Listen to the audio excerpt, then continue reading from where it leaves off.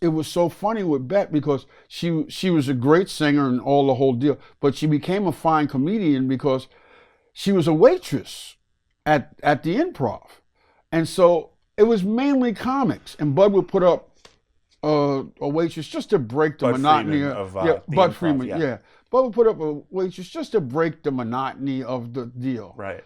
And the comics would get mad. They go, "Oh, come on, man!" And so they would heckle, and they would heckle her during her songs, and it would happen to all the waitresses. But then the waitresses became very funny because they had heckle lines back. They would come back and heckle. So Bette became very funny. The story with Bette, and I always tell the story, Bette was a waitress, whatever. Guy comes in one day, you know, because you take off your apron, you run up, you sing your song, and then you go back and you become a waitress. This guy. This cat came in and said, I think you're great. He said to Bette, you know, I think you're fabulous. He says, I would love for you to come sing at my place of business. He says, sure, you know, what is it? He says, I'm in a place called the Continental Baths, and you would be great. You could wear a dress. We have a little three-piece band for you to do your thing, whatever it is, and we pay you like $400 for the weekend. He says, oh my God, really? He says, yep, you come up and do the thing. Now, Bud was her manager. Right. So she goes to Bud and she says, Bud, this weekend I'm going to Continental Baths. This guy, I think it was Mark something, I forgot his name. But anyway, says, you come up and, you know, she says, I'm going to go sing at the baths. He says, what? He says, yeah, this guy owns a place called Continental Baths. I'm going to go sing, and it's going to be, the only bad thing is to be, you know, like 200 or 300 guys sitting around in towels. But all right, whatever. So Bud says, excuse me, you work at the Improv, man. This is, you know, come on. You know, I'm managing you. I know the moves we got to make, this and that. And you're going to be here. You won't be at any Continental Baths. She says, well, Bud, you know, I'm a waitress here, but I'm really not I'm a singer. You know, I sang and stuff. You know, that's the kind of stuff that I do. He says, no. You let me handle the career. I've had Woody Allen. I've had everybody here. All right.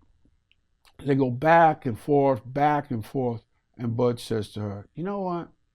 If you go to the Continental Baths this weekend, do not bother coming back here.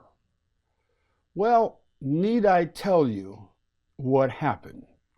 She went berserk, unbelievable. I mean, you know, I don't have to tell you guys. Sure. So what happened was Atlantic Records signed her, and they put her on tour, just what they call an A&R tour, artist and repertoire. So they were selling records, but they want all the guys who went to radio stations to know who the hell it is, what they're doing, what's going on.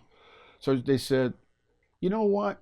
We're going to pay for a 9-piece band. You're going to go to like Philadelphia, Boston, Baltimore, New York, you know, whatever, Atlantic City. You're going to do your little show, whatever it is, and people will be able to see you, you know, from the organization. So you can hire whoever you want in your 9-piece band. So Raymond Johnson was our piano player, okay?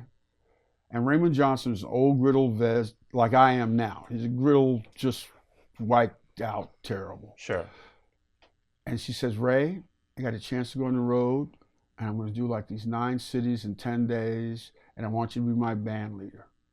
Ray says, I ain't going on no damn road. I've been on the road all my life. I ain't going on the road. Well, we had a backup piano player, because a lot of times Ray would go on these Broadway auditions with the girls and stuff like that, with the waitresses. And the backup piano player said, well, what the hell, I'll do it. And the backup piano player was Barry Manilow. It just shows, you know, the importance of following your heart, because if she had just stayed at the Improv, who knows what would have happened. That's exactly, because Bud had to throw her out for her to go do whatever she had to do.